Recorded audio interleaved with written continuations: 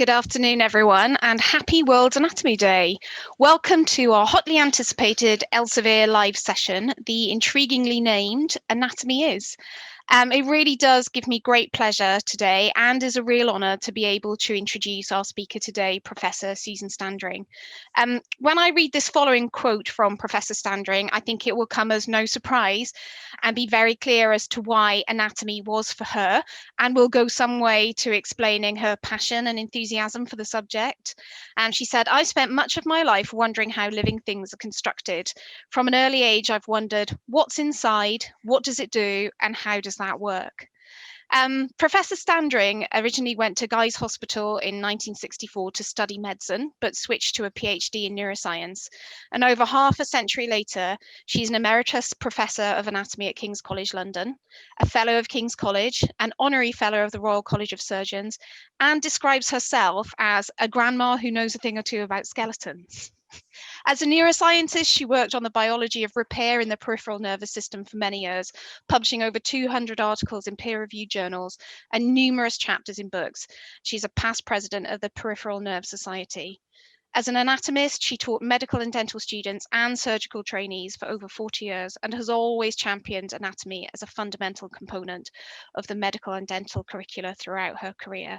In her, and I say this in inverted commas, retirement, she relishes having the time to research and write on applied anatomical topics and on the history of topographical anatomy and of the peripheral nerve repair.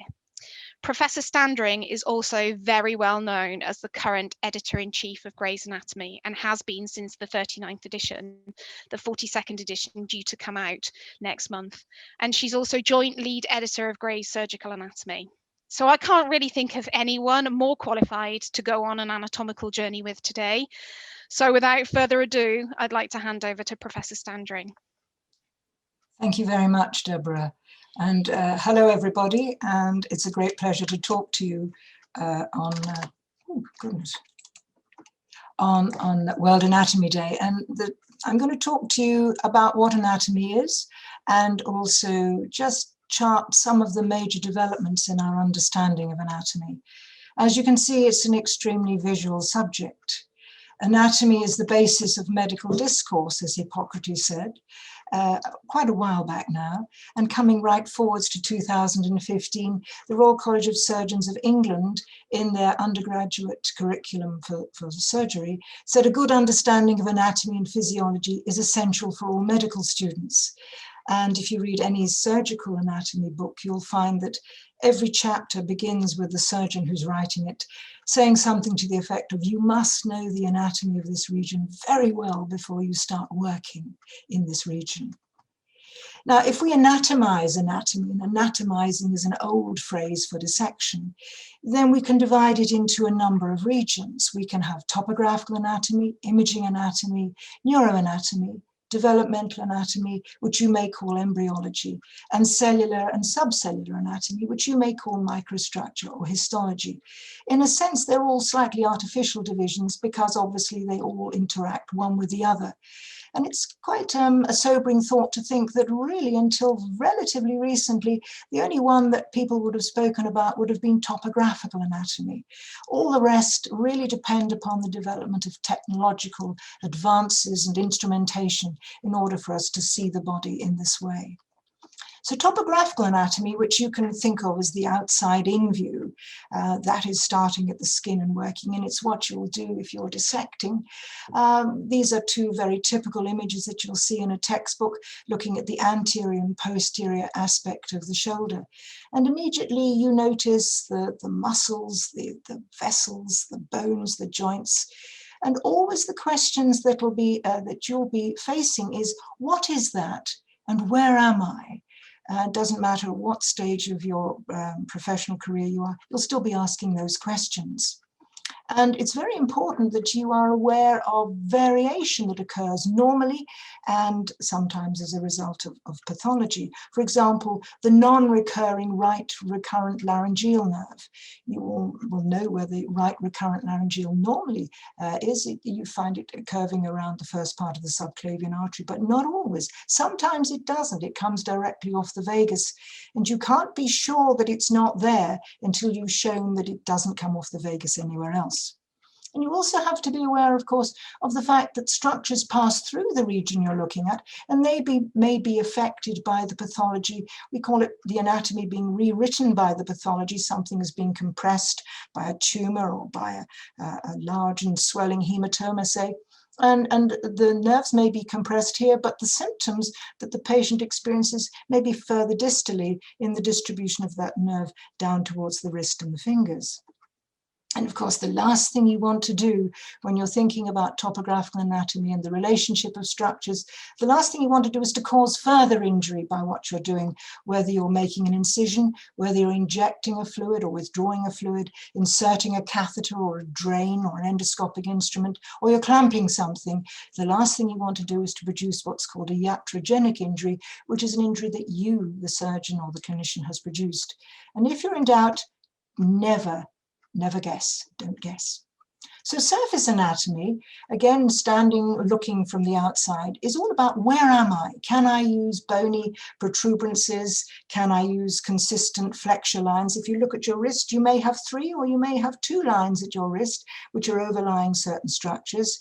I've got 2.5 on my wrist, but there you go. But here we're looking at marking out on the posterior body wall, marking out the position of the spleen and the kidney. And you'll notice that those black lines are showing you where the variation in the position of the upper or the lower pole of the kidney. And you have to be aware that it's not always just one marker. It will vary quite considerably sometimes, and that's normal. And you have to understand when the normal becomes abnormal. Sometimes you use your surface anatomy because you want to avoid a structure. Here, for example, this is the kind of no man's land you don't want to enter if you're working around this area, but you want to avoid damaging the marginal mandibular branch of the facial nerve. And you'll remember, not 2 fingers' breadths below the lower border of the mandible. Sometimes, of course, you want to get very close to a structure. And here is the surface markings you might see in theatres for marking out the sciatic nerve, because you want to infiltrate the sciatic nerve with for a regional nerve block. But of course, normally today, regional nerve blocks are undertaken with ultrasound. And here we see a patient who's having an interscalene block using ultrasound transducer to identify the position of the needle. And there you can see the needle in its position very close to the brachial plexus, so that you can infiltrate the brachial plexus. Maybe the patient is having an operation, say, on the rotator cuff. You might also like to think at this point, those of you who've come that far, what happens if there's too much infiltrate there and you happen to infiltrate the phrenic nerve? That's an interesting thought. Endoscopic anatomy is the inside-out view, and for centuries people wanted to look inside the body without making an incision, but they couldn't because there was no appropriate light source. Back at the beginning of the 19th century, Biozzi had an instrument that had a lighted candle inside a copper tube, but I don't think I'd like that anywhere near me. So endoscopic anatomy, minimally invasive surgery via small incisions or natural orifices, or in this case, capsule endoscopy, where the patient swallows a little capsule here about the size of a vitamin pill, and it's transmitting back images, as we can see here, as it slowly passes through the small intestine. Or more usually, here we have arthroscopy, someone having the cavity of the knee joint examined, and here we can see an X-ray, a coronal view of the knee joint, and they're looking deep inside the arthroscopic view of the knee side. There's the lateral condyle and of the femur, and there is a little fissure in the cartilage on the tibial plateau there. And you'll again think to yourself, okay, that's fine, but I need to know the surface markings. Where can I put that instrument and where can't I put it? And what extra damage might I cause? Imaging anatomy, just take one look at this. It is so splendid. The impact of imaging on our understanding of the body has been extraordinary. When I was a student, and yes, it was back in 1964, and thank you, Deborah, for mentioning that. Here we can see the hand of a 2.5-year-old infant, and you can see beginning the ossification centers in the hand and at the wrist. That's an X-ray. But today we have computerized tomography, CT, and magnetic resonance imaging, MRI, and we have ultrasound, which we can add to the armamentarium of the radiologist. And when you get to the radiology suite, you will be astounded at what can be seen. This, for example, is a volume rendered CT, lateral view of the head and the neck. And here we can see a sagittal T2 weighted MRI of the neck, and we can see also the cerebellum and the pons and the brainstem and the spinal cord. These are shattering views. There we can see an angiogram. This is the aorta, celiac trunk, superior mesenteric artery. Here's someone who has had oral and intravenous contrast meeting. We're looking at a coronal oblique CT of the liver and the portal vein. And here, ultrasound of the thyroid. These are extraordinary views that would have been completely unheard of 100 years ago. Neuroanatomy, you may be lucky enough, fortunate enough to dissect a brain, take the brain out of the skull yourself, or you may see sections of the brain, and you'll be dissecting, you'll be learning your anatomy, neuroanatomy using histological sections. These are the typical blue stained sections. Here we are through the medulla, the pons, the midbrain, and you'll be learning the pathways, the ascending and the descending pathways, bringing information from the spinal cord up to the brain, and from the brain down through the spinal cord out to the muscles. These were produced by correlating pathology and symptoms of various patients, building up these incredible maps that we use today, and you'll be expected to at least know the outlines of them so that you can interpret your patient's symptoms. Of course, everything changed with MRI. This was the kind of anatomy of the brain I would have seen in a cadaver. Now you have MRI, and we can see in a living patient, we can see the brain, and of course you can turn this every which way. And we can see here functional MRI. This is bold, blood oxygen level dependent imaging, so that you can see what happens when a patient has been asked to move their right index finger, and you can see what is happening, lighting up on the left side of the brain in the appropriate region. And here, diffusion tensor imaging, DTI, we're looking at the corpus callosum now, both from the lateral side and the frontal view. The yellow is showing us the corona radiata. Of course, DTI is not showing us real fibers, unlike this, which is showing us real brain. What it's showing us are probabilistic maps of the diffusion of water molecules longitudinally along fibers. And that had to be validated by the knowledge coming from dissection, using Klingler's wonderful way of dissecting the fibers in the brain. Developmental anatomy, well, that big question is, how on earth did that get there? How, for example, or why is the respiratory diaphragm, which is between the thorax and the abdomen, why is it innervated by fibers traveling in the phrenic nerve from the cervical cord? What you're learning about will be from conception through the embryonic and fetal stages through to birth, and you'll be thinking about the proliferation and migration and differentiation of cell populations. You will be thinking about the signaling pathways that influence those cells as they're moving through the tissues, the cues they're picking up, the signposts they're reading, and the timing of those migrations. Just think about the crossing pathways we saw in the previous slide. Those fibers, as they cross the midline, which is an enormous journey for them to take, if they get there at the wrong time, they can't cross. The microenvironment, the cellular microenvironment is no longer, or is not permissive for them.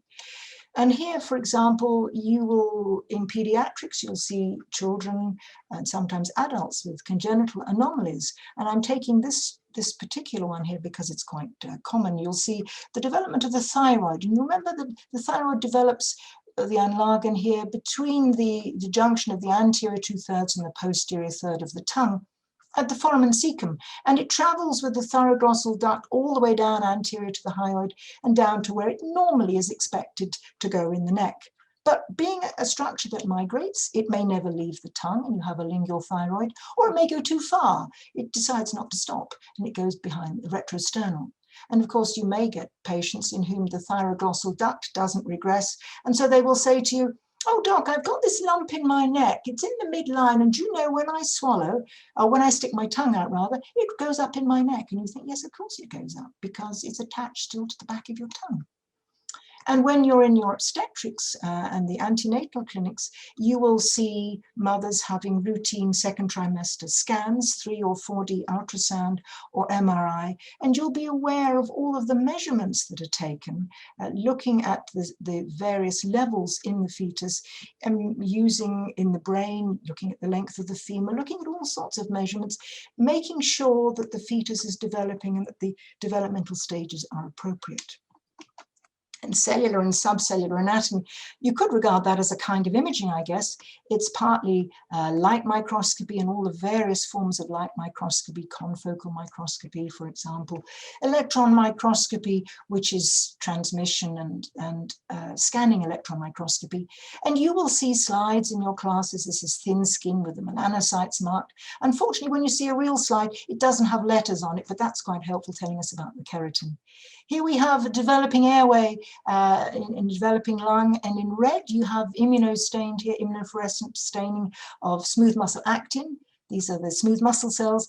And in green, you get a real sense of the nerve fibers here, the ganglionated nerve fibers stained to show you the nerves. And it's wonderful. You can see how complex this is. So this is light microscopy. This is an electron micrograph of a small artery in the perineurium of a nerve. These are red blood cells, so they're about 7 microns in diameter. So that gives you a sense of scale here. And in looking at this and thinking of what I was talking about just now about how cells talk to each other, these cells talk to each other, and they also talk, of course, to their extracellular matrix and to the pericytes. And here we have some pericytes clinging on to a capillary, again, very nicely marked P and C, which you wouldn't normally see down the microscope, of course. And this is a scanning electron micrograph. And here, looking at intercellular junctions, in other words, we've gone inside the cell and looking at the ways in which cells talk to each other and adhere. And again, you will be learning about the messages that pass between the cells, adjacent cells, cells in their environment and their extracellular matrix from their apex and from their base. And then when you've done all of that, you thought, well, that's anatomy. Then you have to counter the language of anatomy. Now, somebody said there are about 50,000 words in anatomy. You don't have to learn them all, but it might be helpful just to look at the language that's used. Sometimes words look like. So if you see something that ends in I form or OID, oid, it means it looks like a worm or looks like a sieve or looks like a seahorse. I never think the hippocampus looks like a seahorse, but there you are, who am I? Or looks like a Turkish saddle. It may be named after someone. It's eponymous, the Circle of Willis. A lot of people complain about eponyms. They say, you know, it's not fair because very often the person who's named isn't the person who described it. I always think it's the person with the best PR, but you never know. But truly, Willis did a great deal of work, and I think he does deserve the title. And when you go into surgery, you'll find that surgeons are very keen on eponyms, not just for structures, but for surgical approaches and for instruments. Maybe functional. It may tell you what it does. Flexor digitorum superficialis says this is the superficial flexor of your fingers, of your digits. And levator labii superioris aliquae nasi, which you can't translate in any way that'll give you a shorter English version, is the elevator of the upper lip and the nostril. It's the muscle you use when you're sneering. Positional, suprarenal, will tell you that it's above the kidney. Most surgeons will insist that it's adrenal, anatomists will call it suprarenal. Sometimes we use, or not sometimes, we always use positional terms, anterior and posterior, medial and lateral. We use those terms always referred to what's called the anatomical position, which is when you're standing up facing forwards, arms by the side, palms facing forwards. And sometimes it's architectural. It refers to the rooms in a house, the attic in the middle ear, or the antrum, or the tectum, or the hallway, or the archway. And this is a lovely little diagram from a very old book, but he's obviously likening the inside of the body, the viscera, to the contents of a building. And there are formal volumes which describe the language of anatomy. So most textbooks you use will be using Terminologia Anatomica, Embryologica, Histologica, and Neuroanatomica compliant terms. Not always. And you will find, again, surgeons very often, because they're dealing in greater detail, they will be using their own consensus documents. They will say, well, you can call it that, but that's what we call it. I'm afraid that's just the way things are. But that's just a very brief introduction to what anatomy is. And I'm now going to look at the history of some of that. And I'm going to start not right back at the beginning, but with the orthodox view of anatomy. And this was a view that prevailed for 1500, 1600 years. And when you think that Andy Warhol said that each person could be famous for 15 minutes, 1500 years is a very long time. Claudius Galen, he was a surgeon to the gladiators, a surgeon to Marcus Aurelius, the emperor, Roman emperor. And you can see he lived and worked in the 2nd century AD. He dissected many, many animals. He dissected an elephant, he dissected pigs, oxen, mostly apes, but many animals. He gave public demonstrations. He challenged other clinicians to copy his dexterity. He wrote many books. It said he had 20 scribes, and he wrote this one on the uses of parts of the human body. And the assumption was that he was describing human anatomy. That assumption was incorrect. He was describing the anatomy of the animals he dissected. He could have dissected humans had he gone on campaigns with Marcus Aurelius, but he chose not to. And at the time, very little human anatomy was dissected. So the view was theoretical, and it was based on animals. But I'm going to trace the history through these 4 scenarios. I'm going to go from the 14th century, the 16th century, the 18th century, and to the current day, and think about how we use and we've learnt anatomy. I'm going to start with this man, Mondinus, and he is often called the restorer of human anatomy because he undertook probably the first public dissection in Italy in 1316. It was probably an autopsy, and it always strikes me as rather odd that you would undertake an autopsy to look for what killed somebody if you didn't know what the anatomy was like to start with. But there we are, that's what they did. But this is a significant picture here because you see what he's doing. He's sitting in his professorial chair and he's reading. He's not really looking at the dissector and the dissection because what he's reading is either his notes on Galen or it's Galen. And what Galen said is what goes. So when you opened the body, what you saw was what you believed, what had been written, the orthodoxy. And the kind of pictures that you might have seen in the very early days are these. They're completely, to our eyes, very strange pictures. They're probably based on descriptions of dissection. They're very strange. They didn't appear in books until this man, Pallig, in 1499, Johann Pallig. He had an anatomy book with the first 11 pictures printed of anatomy. Very strange. You notice that the man seems to be wearing a little bit of a headband here with some profiles in them. So little anatomy was actually known that when the book was reprinted, the picture was transposed and nobody noticed the difference. And in fact, I've read that in other editions of the book, they might have been printed sideways or upside down and nobody noticed the difference. But that was going to change because along comes Berengario da Carpi. He was a surgeon and an anatomist, and he dissected for himself. He was very interested in head trauma in particular and had some very perceptive things to say about concussion. And he says, actually, don't believe what's written down. Do it for yourself. You need to look for yourself. And he produces a book with the first pretty realistic pictures. They're not as good as we'll see later on, but they're a paradigm shift from the pictures we've just seen. And this is his book, some of them are based on pictures that he had taken from Raphael. But this is a really key thing here. This is the little man we saw before. And this is how the brain was conceived, the metaphor, that it contained spaces, that was recognized. And the senses, hearing and taste and smell and sight, the information went into those spaces and somehow it was processed and it was laid down as memory and logic and reasoning and experience. But then Berengario says, no, this is the first picture of the brain, the human brain. It looks like this. And what he's done is he's taken off the calvaria and he's incised the dura, and we're looking at the surface of the brain. The vermis appears all over the place in early pictures of the brain, so we'll ignore that. But what you can see, the dissection was then to section down through the brain, and you can see the ventricles there. In fact, it was a little bit later when Verolio said, you know, if you take the brain out and you turn it over, it's much more interesting. But what Berengario said is he's starting to challenge Galen. And he says that I don't think he actually saw those structures, and people only believe it's there because Galen said so. And he's talking about a structure called the rete mirabile, which is the wondrous net of blood vessels at the base of the brain. It's probably the cavernous sinus in man. The fact is that it isn't present in man, but it is present in oxen. And Galen had dissected oxen and not dissected men. So in fact, he did see it.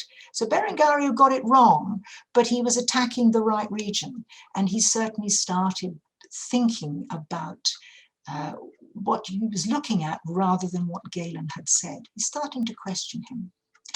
Now, here we are. Here's a young man who's writing his diary. He's a medical student and he's in Paris. And he's clearly very, very fed up because he's writing about his dissection and his teaching. Aside from the 8 muscles of the abdomen, badly mangled and in the wrong order, no one had ever shown a muscle to me, nor any bone, much less the succession of nerves, veins, and arteries. That's pretty grim. If a student felt that today about their teaching, they'd probably complain vocally to the student body and to the tutor. But this young man had to go off to the charnel houses to get his own bones and bits and pieces to dissect. And he very quickly after this, for all sorts of reasons, went off to Padua, which was then the epicenter of anatomy in the 16th century. And his name, we know him as Vesalius, and he is known as the founder of modern anatomy. And this is the frontispiece of his great work, 7 volumes on the fabric of the human body in 1543. And you notice what he's doing that is different from Mondinus? He is dissecting. He is saying, this is what I'm doing and what I'm telling you is what I'm seeing. We can ignore this crowd of people around him, which includes everyone from Hippocrates and Aristotle onwards. This is obviously symbolic, but it's a fascinating change. And these are the kind of pictures that we see in his great book. They are called the muscle men, and a bit like the ones we saw in Berengario. They're still wandering around in the Tuscan countryside. And this is a series of images which ultimately dissolves. The skeleton is lying against the wall with all his muscles disappearing. The important thing about Vesalius, however, was that he'd started life as a staunch Galenist. He had translated Galen with his tutor. His first illustrations very clearly are Galen in their intensity, but then he says, actually, Galen didn't dissect humans because I'm finding too much here that is not Galenic. It's not human, it's animal anatomy. He also reminds us of the very close relationship between the judiciary and the anatomist, because he's saying, after dinner, I'll show you some more anatomy, but actually, if the dinner's quite good and we don't finish, tomorrow we'll have another body because they'll hang somebody else and then I can show you the rest of the dissection. And this was not uncommon that the anatomists and the judges, they knew exactly when they were going to get another body. And this is Vesalius talking about Galen and this plexus, this reticular network, the rete mirabile. And he's talking about, in his dissection, the arteries of sleep, the carotid arteries. And he said they don't produce the plexus as Galen describes. Of course, he's quite right. And he was not like Berengario. He actually showed his visitors. He said, look, I'll dissect an ox brain for you, show you how good I am at dissecting. And here's the rete mirabile. And then I'll dissect a human brain, and there's no rete mirabile. So he started and said in print, Galen was wrong. And you can imagine the fury that that invoked in his contemporaries. And in fact, after the second edition of his book, he moved away from anatomy, but the seeds had been sown. Things started to change because his work was plagiarized, it was spread around, and people thought, okay, fine, let's look at this in more detail. And in fact, part of the indispensable equipment of every well-educated man, person, in those days, anatomy was quite a public affair. And this is the kind of a public anatomy exhibition, if you like. It's almost like a music festival today. You go off for 3 or 4 days, you meet your friends, you have a real jolly, you have a banquet or two, you have lots of music, and by the way, you can watch a public dissection as you go along. And it was one of those things, and a general interest in natural science, and part of that was how is the body put together. And if you couldn't get there, there were pop-up books of every variety, and there were stunning wax models that you could see. And of course, the advantage of wax models is they didn't smell. Zumbo was a very famous Sicilian ceroplastic. If you look at some of those dissections, they are quite specimens, they're extraordinary. And these are the little bone and ivory mannequins with parts that you could remove if you were studying your anatomy. But at this time also, the idea of accuracy, making sure that what you saw in the print book was as accurate as it could be, because there was a great concern. Somebody does the dissection, then somebody else draws it, then somebody else prints it. And how do you retain that accuracy? Well, this is William Cheselden, and here he is using a camera lucida, and we can see here the quality of the illustrations. And Bernhard Albinus, a little bit later, and he's using a different technique. His artist is using a little telescope. The specimen has a network in front of it, and he's transferring, using that onto a magnified image lined up like graph paper. He's transferring the image, and again you can see the quality of those illustrations. And if you get to see them, this is Albinus and several other people did exactly the same thing. They would give you the sort of shaded artistic view, but they'll also give you the beautiful line drawing of the same thing. Now I'm going to move again, and this is moving on from Vesalius, who was the dissector. And this is an advertisement that William Hunter, this is William Hunter here, who was the older brother of John Hunter. And this is an advertisement that he has put in the paper for students of anatomy who want to learn their anatomy at his anatomy school. There weren't medical schools at this time in England, there were anatomy schools. And he said, you can learn dissection the way I've learned it for the whole of the winter in the same manner as at Paris. He'd just come back from Paris. For the winter, because in the summer it was too hot to dissect unfixed bodies. But you can see they're all dissecting. Rather than just one person dissecting for them, they are doing the dissection. Now that meant you needed an awful lot more cadavers than would have been the case if just one person was dissecting. It is said that at the time, something like 800 cadavers were required to satisfy all of the students and the anatomists in London. Now, the bodies were legally obtained from prisoners who'd been hanged. They were obtained from the gibbet, but of course they weren't enough to satisfy the anatomists. And so there was a very busy trade in what are called the resurrection men, who dug up freshly buried bodies and delivered them at dead of night to the back doors of the anatomists and the surgeons. And this is a very famous cartoon. It's the night watchman, or the beagle here. He's apprehended a resurrection man. He's ringing his rattle there, sounding his rattle to attract attention. And here, skedaddling away, is Dr. William Hunter, and we know it's him because those are his lecture notes. And this resurrection man has just stolen the body of this lady. The crime he's really committed, however, is stealing her with her shroud. It was the grave goods, stealing that which was the real crime. But they were the resurrection men, and they were making an absolute fortune in stealing bodies and delivering them to the surgeons who wanted to dissect them. Such was the outcry that there was, and the first Anatomy Act was passed after a select committee had considered the value of dissection for a very long time. And this was passed. It regulated the schools of anatomy. It put the resurrection men out of business, but it also meant that anatomy would be taught from the body, and the young men will not have to learn just enough to pass their exams. They'll have to learn a great deal more, and they will need a curriculum, a syllabus. They'll need textbooks, proper textbooks. And one such appeared in 1858, very simple little book. It's got a brown cover. It was written by Henry Gray. It was illustrated by his friend Henry Van Dyke Carter, and it was called Anatomy Descriptive and Surgical, which was the title of the course of lectures that Henry Gray gave at St. George's Hospital.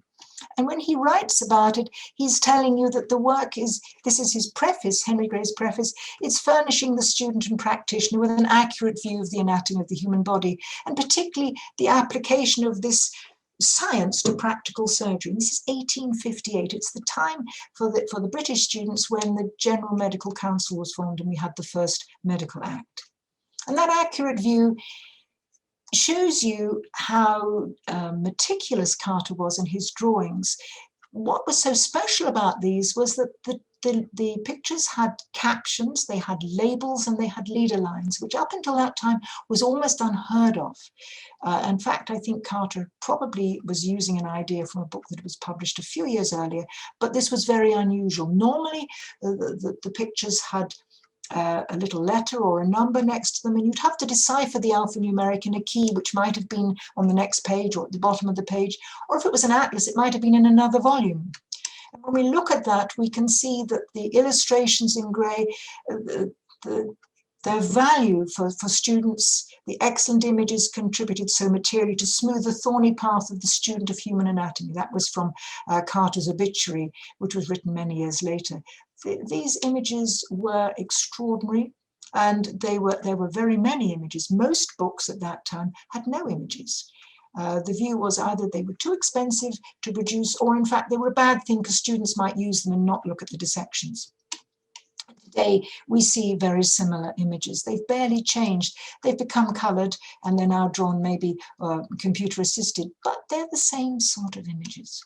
Of course, what they don't show you, any of these images, is what's been taken away, all of the fat and the fascia, which sometimes confuses students when they get into theatres and they think, oh, wasn't quite expecting that. Before the turn of the century, another great change. This is a hand with rings. This is Professor Röntgen, Wilhelm Röntgen, and he succeeded in photographing a man's hand where the flesh is invisible and you can see the bones. Well, this in fact is not a man's hand. This is just a little bit before that. This is Bertha Röntgen, Professor Röntgen's wife, and this is her hand, x-rayed. There's her wedding ring. Of course, just taking a picture of that, x-raying it, wonderful though that was, unless you knew the underlying anatomy, you wouldn't have a clue what you were looking at there. This was a discovery which excited people, and here we see, for example, someone having his hand x-rayed. Please notice the safety precautions here, because of course nobody at the time realized that it was dangerous and you had to take precautions. And here we see in 1896, young Eddie McCarthy, there he is. He fell while skating on the Connecticut River and fractured his left wrist. And there we can see him sitting for apparently 20 minutes. And that is the resulting gelatin plate as we're looking at his wrist. Coming right forwards now and thinking of how we use dissection today. We've seen Mondinus sitting in his chair, reading a book, not really too caring about what's happening there because Galen was right. We've seen Vesalius overturning Galen, doing the dissection. We've seen William Hunter and his students doing their own dissection, and now we see a dissecting room which today is very often like an operating theatre, and very often the people who are in there dissecting are the surgeons and the surgical trainees, and maybe not the medical students so much. I know when I was a medical student, I can remember well, it was an October day in 1964, walking in the dissecting room. It wasn't a bit like that, and it was rather smelly and long tables. I'm not quite sure what I was going to find. Now, of course, we have surgeons working very often on soft fixation or frozen, thawed, unembalmed cadavers. And what they're doing is they may be practicing techniques, or they're learning the very detailed anatomy that they will need in their practice. And of course, the anatomy that we have is evidence-based anatomy. Everything you look at now, from the surface anatomy markings through to all of the anatomy that you read in your textbooks, it's based on evidence. So anatomists and surgeons, they've always been map makers, even from the days of this rather uncomfortable looking picture, which is a map for bleeding a patient. But today, the surgeons and anatomists working in the dissecting rooms and teaching, we know because of their activities about bronchopulmonary segments. We know about the venous segments of the liver, so essential in resection or transplantation of the liver. We know about angiosomes, so important in flap surgery, in reconstructive surgery. We know about the maps of lymph nodes in oncology. We know about dermatomes and the variation in dermatomes. We know, as I've already said, about fibers in the brain, the pathways, DTI, validated through dissections using Klinger's technique. And very recently, Professor Calvin Coffey and his team in Ireland describing the mesentery in a way that we hadn't thought about before, the mesentery as an organ, which has huge relevance for colorectal and abdominal surgery. So please forgive the pun, but today the sightseers of the past have become a very different kind of sightseer, where you're accessing your anatomy, not necessarily in the dissecting room, you're accessing it online. You can interrogate, you can either be shown the answers or you can test yourselves. You can use it on your apps. You may be using virtual reality and headsets. I know whenever I go to meetings now where the publishers are showing off their virtual anatomy, it's quite fun to see my colleagues wandering around with a virtual anatomy headset, looking at dissections that way. Now, my last slide, you may have thought, well, she's talked about all these famous anatomists, but there's one she hasn't mentioned who was an incredible anatomist, and his name was Leonardo da Vinci. Now, Leonardo da Vinci, like many of the artists of the time and sculptors at the beginning of the Renaissance, they wanted to draw and sculpt the body accurately. And to do that, they needed to know how to drape the skin over the muscles, for example. So they dissected. Some, like Pollaiolo, flayed bodies. Others, like Michelangelo, dissected the musculoskeletal system. Leonardo went much further. He dissected everything. And he was going to write a great book, 8 volumes, a treatise on anatomy, but his collaborator died. And his drawings, of which these are a very small number, went into his estate. He didn't continue the project. And they found their way into the royal houses, a lot of them in the libraries of the royal houses in Europe. And some of these were shown to William Hunter. And William Hunter says, I believe he was the first man we know of who introduced the practice of making anatomical drawings. And when you look at these, they are quite extraordinary. When you compare them with the Paley diagram, which was same time, 1499, and you look at these, I mean, he was even sectioning the limbs and saying, I wonder what section anatomy looks like. Yes, some of it was inaccurate. Inevitably, he was reading Mundinus at the time, but these are his descriptions. And I want to finish by just focusing on that exquisite little drawing down there. Those are the ventricles for the first time that you'll see them in 3 dimensions, or as 3-dimensional as you can get them. He'd filled them up with warm wax, let it solidify, and then dissected away the brain. And there you can see the ventricles. If only we had been able to see those pictures, what might have been different? But thank you very much for listening. I hope that I've managed to tell you something and convey my enthusiasm still for the subject. When I started all those years ago, I thought I will never learn this. And you're quite right, I'm still learning, but thank you. Susan, I think really it's for us to thank you. Thank you so much. That was a fabulous and fascinating journey through, what anatomy is, which I think, is hugely practical for the students on the core. And then all that fascinating history of anatomy itself and the anatomists. And thank you so much for sharing some wonderful images with us. We've had lots of comments and questions on the line. And sorry, your last part was that you hope that your enthusiasm for anatomy was conveyed. It absolutely was. Good. You know, I certainly found that fascinating, and I'm sure Good. everyone on the line did as well. If you have some time, do you think you might be able to take some questions for us? Of course. And the other thing I would say, and I've said to you, is if students want to ask me questions and we don't have time, if they go through you, I'm very happy to talk to them. That's lovely. Email That's me. great. Thank you, Cool. Susan. Okay, so I think I'm going to start with this one.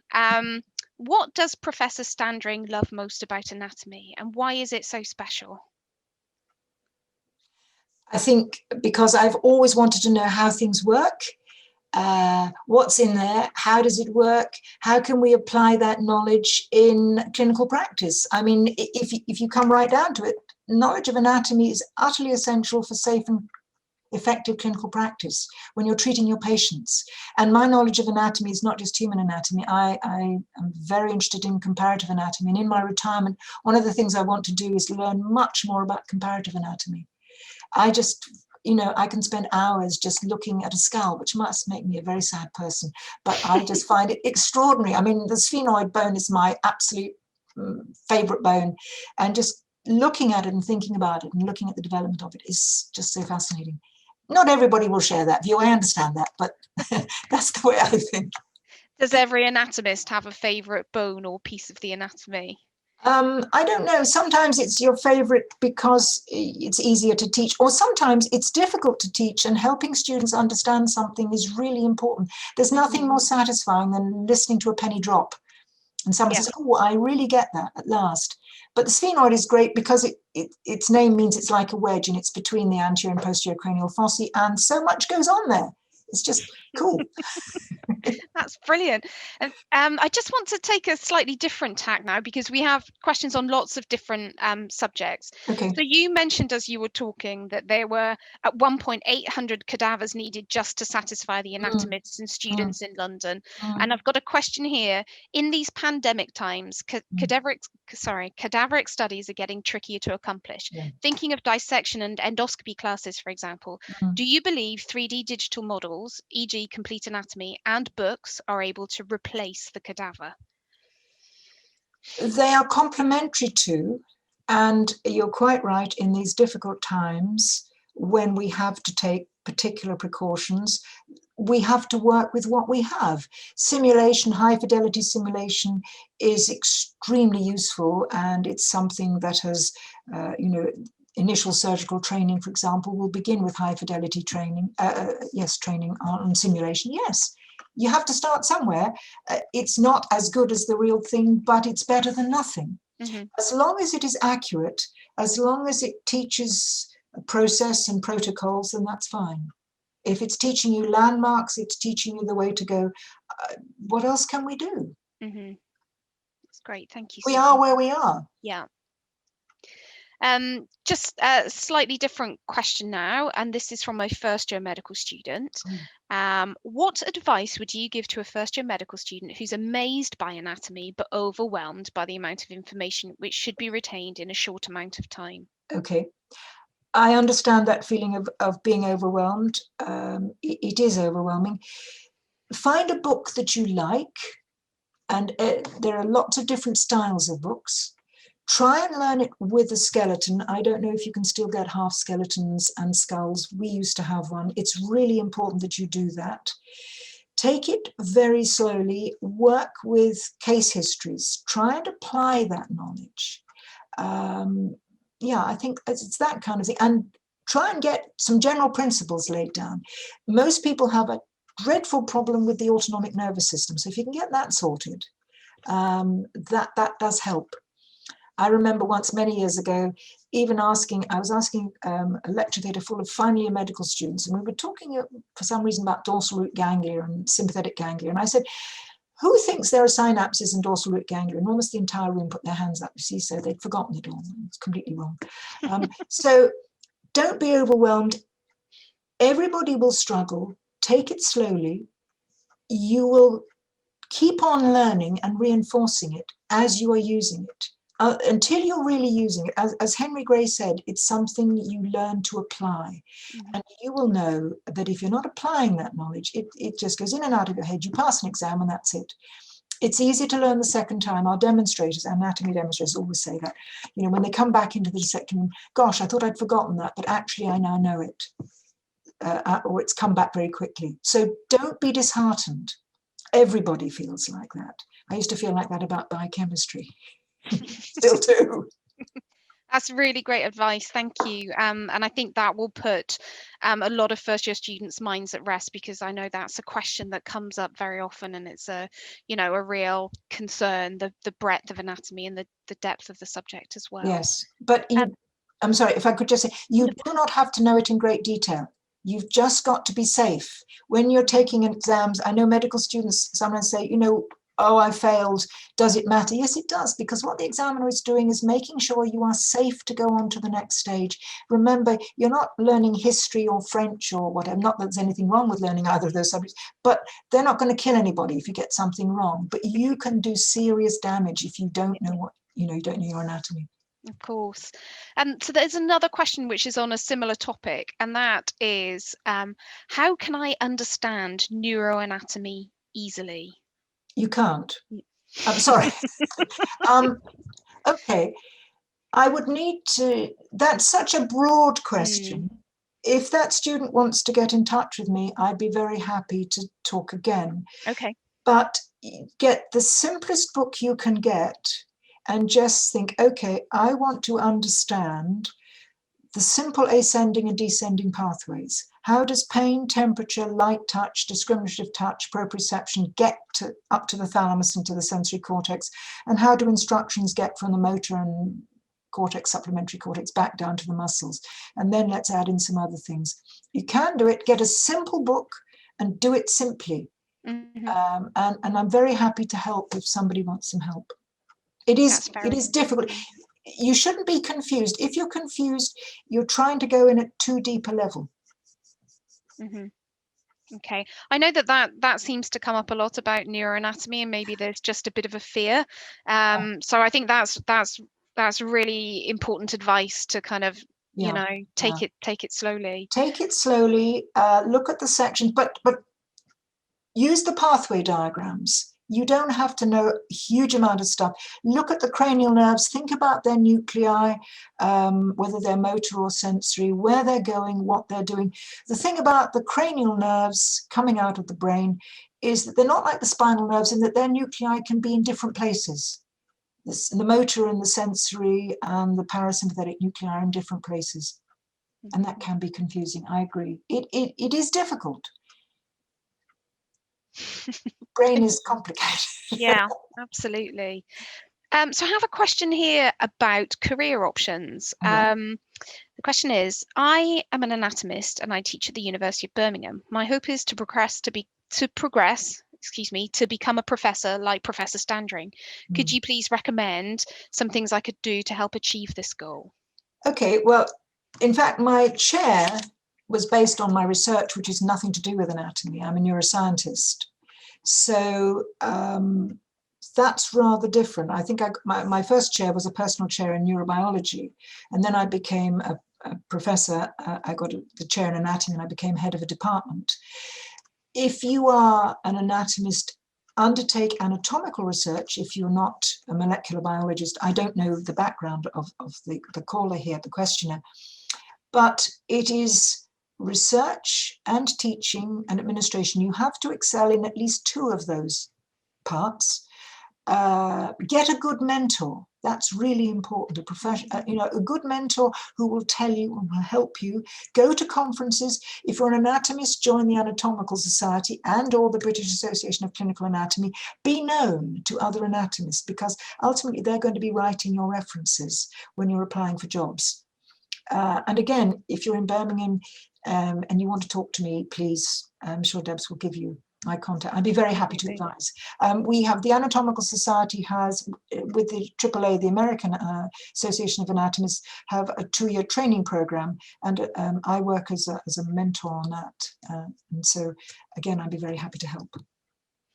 That's great, thank you. And I'm sure that people are very appreciative of you offering your time to help and answer questions. When you're retired, you can do that. And I understand how difficult things can be, and it can be bewildering. Mm-hmm. I have a question now about teaching. Hmm. So we have some educators on the line as well. Mm. How can educators stress the importance of formally teaching anatomy when so many curricula are cutting down basic sciences across the board? The importance seems obvious to anatomists, but getting that to resonate with medical education administrators is a bit elusive. It's difficult, isn't it? Because anatomy is such a factual subject, and people will say, well, it's factual and you can go and look that up. The answer is, of course, you can't. You know, if your patient is bleeding out in casualty, you can't suddenly go and look up, oh, where does that vessel come from? The patient's dead before you've turned the pages. It is a constant problem. It's one that I remember fighting from 30, 40 years ago. The problem with medical curricula is you're trying to put a quart into a pint pot. You're trying to add all these new and important subjects in, and you're forgetting that, as Hippocrates said, anatomy is fundamental. So is physiology, structure, function, biochemistry. These things cannot just be shoved out the door. I don't know how you can counter this argument. You have the GMC saying and the surgeon saying you must have a good understanding of anatomy, and the educators will say, oh, you don't need that because it's all factual stuff and you can look it up. And you have to explain, no, this is something you have to build on. You have to integrate the physiology and the anatomy. You have, in order to interpret the patient's history, you have to have some background knowledge. You can't just talk to the patient, you know, and communicate with them. You have to communicate facts. They have to talk to you. You have to examine the patient. You have to know how to do that. And the educators have to understand that in order to do it, you have to know it. Mm-hmm. And I appreciate it's a long-standing problem. And certainly there isn't the time that I had as a student. We had 1.5 days a week with just anatomy because we didn't have molecular biology and communications courses and things like that. Mm-hmm.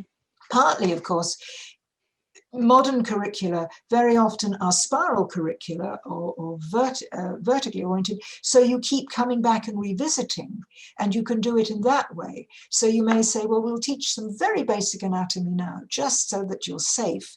But then as you go through the course, providing that everybody plays ball, you will have more formal teaching in anatomy and physiology later on.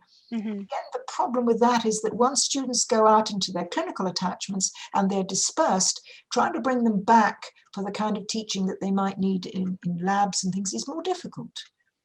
But I feel the pain because I remember it well. And it is literally that educators think you shouldn't teach facts. Do you think then that there's a gap now when you know, undergraduates decide that they want in their F1 and F2, sorry, I'm just talking about UK, they decide they want to become a surgeon, Yeah. and there's a gap in anatomical knowledge? There is a gap in anatomical knowledge. It's been known for some time. That is picked up, used to be picked up in the foundation years, early postgraduate, and in core training. And in fact, I used to run a core surgical anatomy course at the Royal College of Surgeons.